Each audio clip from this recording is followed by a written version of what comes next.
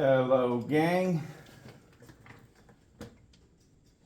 Been sitting here watching Aaron Lynch put together a 562 that he ported up.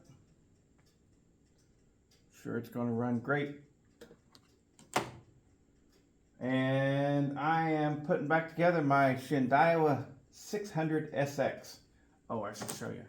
So this right here was ported by Charles Briscoe. It will be the saw that gets used in the 60cc challenge, where I'm pitting all the 60cc saws against each other. And we'll see how it runs. It's a basic port job, but he did try and do a few little differences. Let me see. I'll get everything out of my way here. There we go. So let's take a look at his work. The combustion chamber is the way it is from the factory. Nothing special was done there. The exhaust, he was able to widen up a little bit more because we are going to run a 590 piston in there, which means it's only got one ring, and the ring pin comes out on the intake side. So therefore you got more freedom on the exhaust. He was able to widen that up a little bit more. It's really nice and polished up. Really looks good. His port work looks way better than mine. Down here, this port has a really steep angle to it, and he has made some really nice little, let's see if we can do this. See those ledges right there where it comes out straight across? Really nice, clean work. You know, that way it's coming out flat. He didn't do much to the lowers, just cleaned them up and roughed the surface so that we have better laminar flow. And that's it. The intake, yeah, he did lung that intake a little bit. You can see it.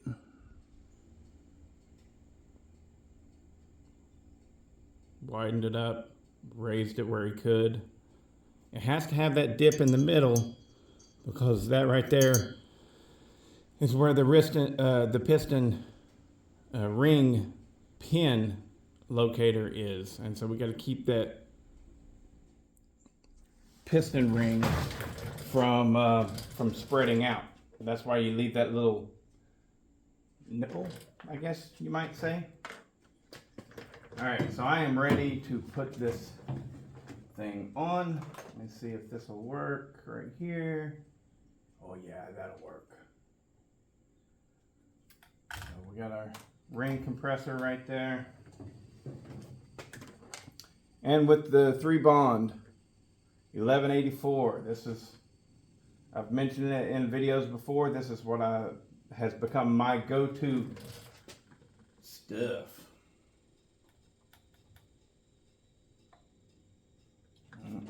Still, you got to waste a little every time you use it because that stuff in the end dries up.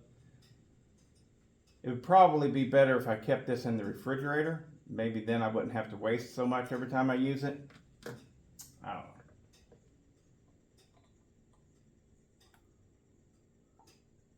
I have the fastest refrigerator in the world over there, because I got all those stickers on it.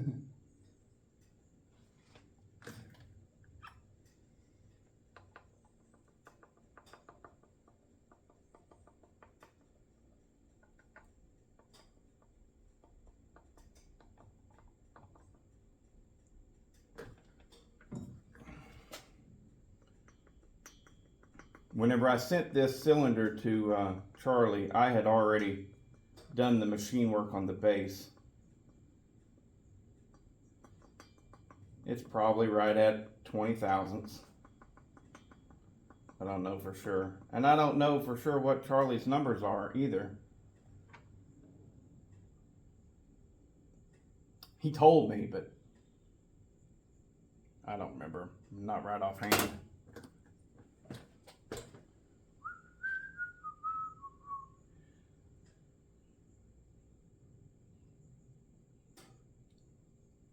This is how I do it. I put it on there, then I smooth it all out with a popsicle stick. Get yourself some popsicle sticks. They're really handy to have in your shop. Mixing up JB Weld. Doing this right here.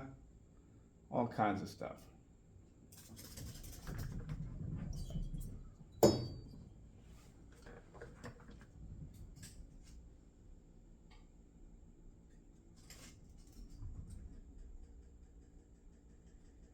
If you're new to this game and you're like, I get little strings of it all over the place.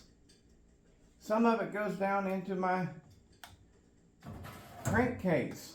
Is that a big deal? No. This stuff, whenever you're messing around with it, it gets like spider webs, man. It's hard to keep it out of places where it shouldn't have been. It's not a big deal.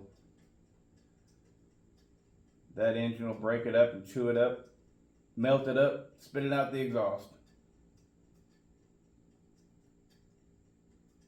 Now, of course, you want to limit that as much as possible, but it can be difficult to do.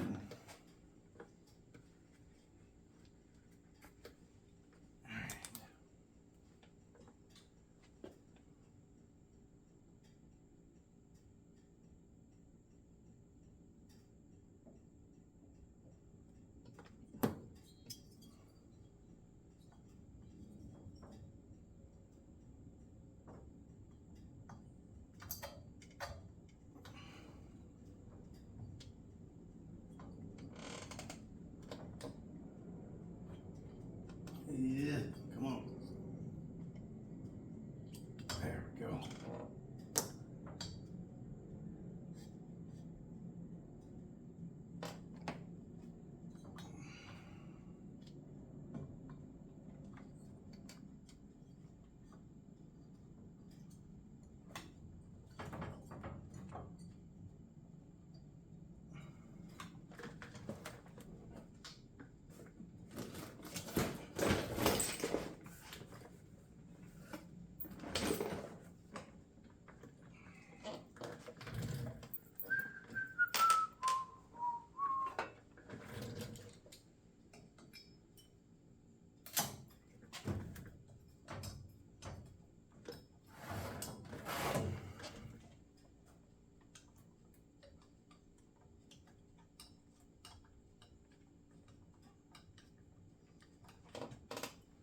Go.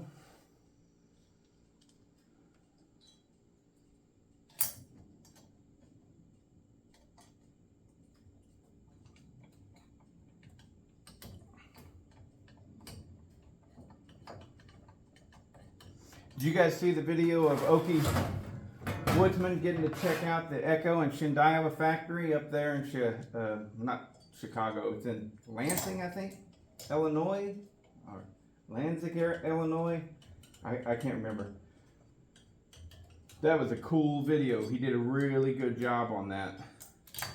And I had been invited to go along with that. And I was so excited. I was like, yeah, I really wanted to go to the Echo factory. That was really cool. But, like, I purchased the tickets, you know, and then days went by and everything. And saw suppliers, they contacted me, you know, they were the ones that invited me, and like, yeah, they were going to reimburse me for the ticket and everything. And they're like, how much did the tickets cost so I can reimburse you? And I went to look, and Expedia didn't charge my card. Something went wrong. And I was pushing it anyways because it was short notice, and I got a lot going on with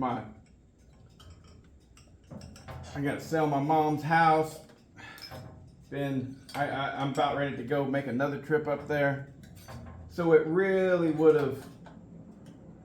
it was a time crunch anyways, and then with that mistake on the tickets, I was just like, you know what, I took it as a sign, and I didn't go. But that was really disappointing because I really wanted to go. You know?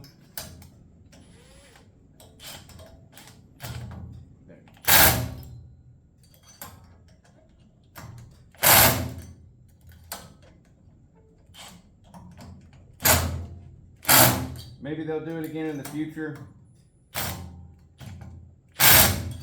And I'll get to go to it then. I hope so.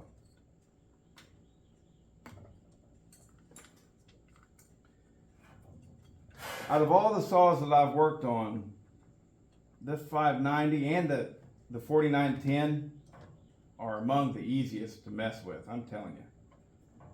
These are pretty darn groovy to work with. Good saws. Good company. I dig Echo. And Shindaiwa. I like Shindaiwas better because they're red. And their name sounds cooler. Shindaiwa. But really that's it, you know. Now, I'm in for a little bit of a problem here with the exhaust, because I accidentally put the intake on this side using those intake bolts, right? And those bolts cut new threads. That's what they do. And I'm hoping that there will be no real issue with these bolts stripping out. I already ran them in again to try and avoid that problem. We shall see. Only time's going to tell, because it's going to bolt on just fine right here. But will they? You know what? I should put some.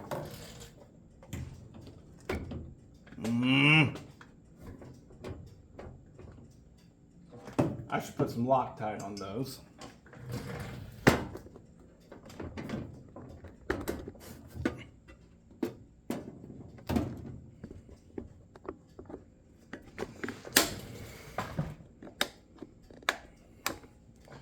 Because I foresee a problem. You know, might as well go ahead, put some Loctite right down in those holes.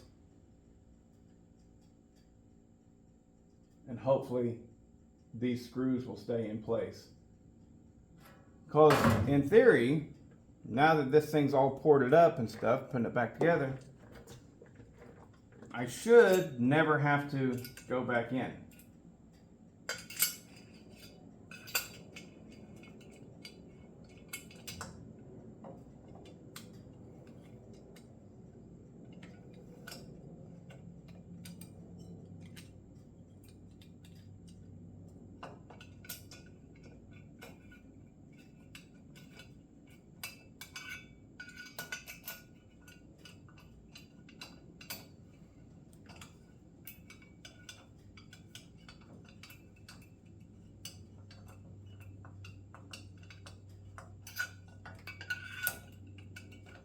So I had ported this saw already, but I ported it to use that Little Red Barn pop-up piston.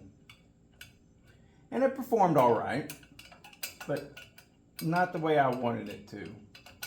It definitely did not perform as good as my old Direwolf did. The Direwolf, if you're new to the channel, is what I call an Echo 590 whenever it gets the full treatment.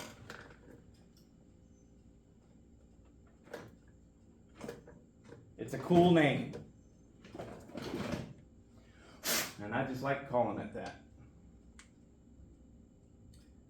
Got some stickers made up and everything. Put my little Direwolf logo on there. Freaking cool.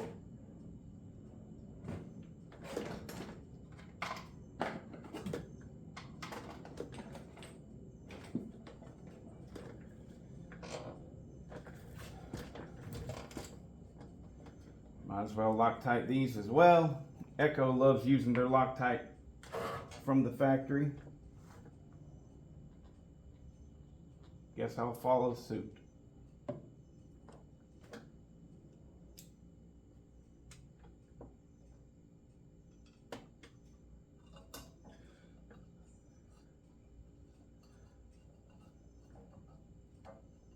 So yeah, tomorrow morning I'll be going back.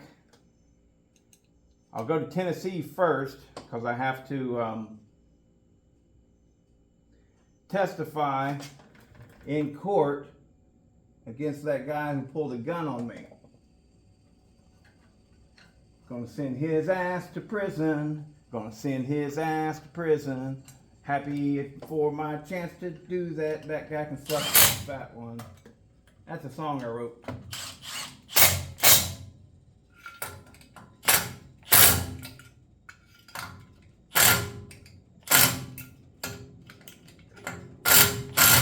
Oh no. Did that strip? I don't know. We shall see. I sure hope not. It's not like it'll ruin the cylinder. I just have to put a Tapcon, or what do they call it? Not a Tapcon. Thread insert thing into it.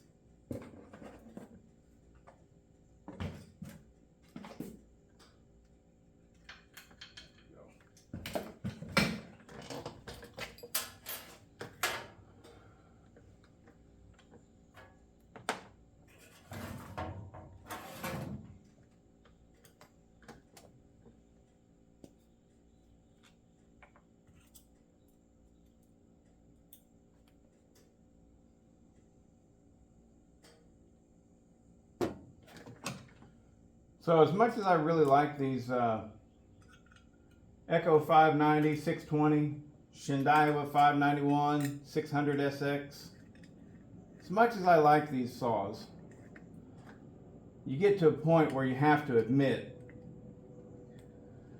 that compared to the other 60cc saws, they are lacking.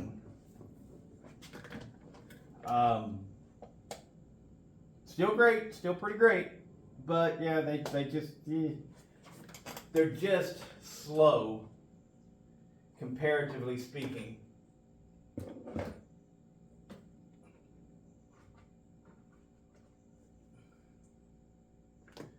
And I'm sure there's some folks out there that would disagree. You're allowed to do that. But my thought on the subject is, if you're disagreeing, perhaps, maybe you haven't ran one of those good 60cc saws all ported up nice. Let me tell you, they scoot.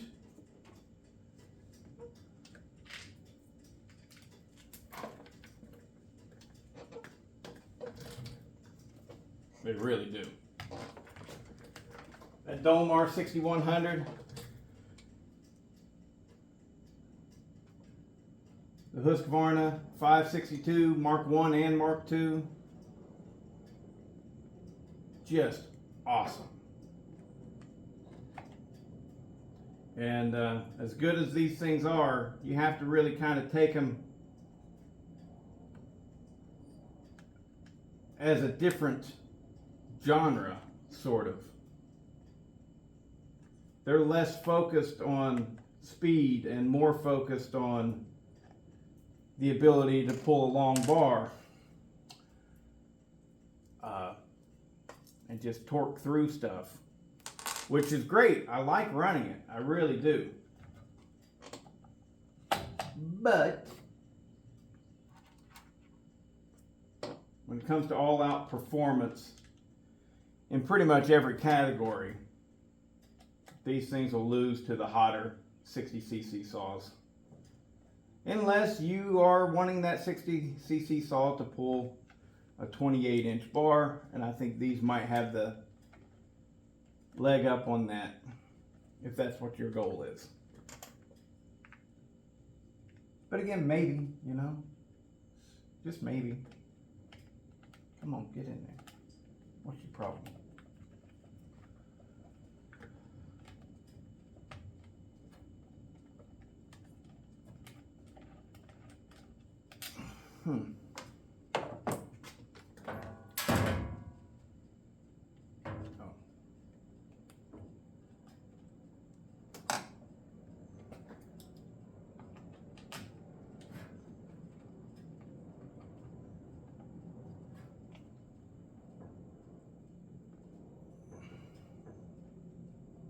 Yeah, it kind of seems like maybe some of the other manufacturers were looking to make a great big 50cc saw, and Echo, when making these, was trying to make a smaller 70cc saw.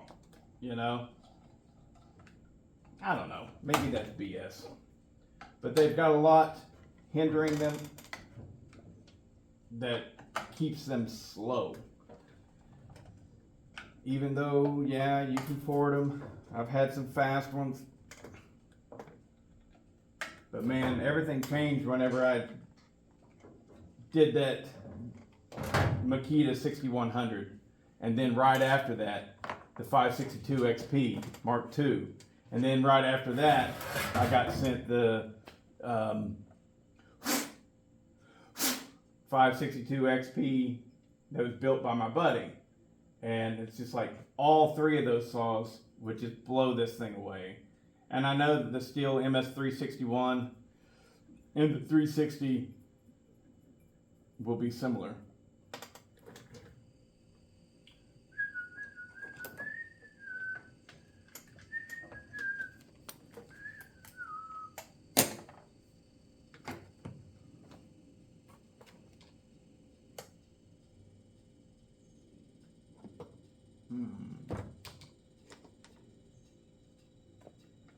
What's this video runtime like?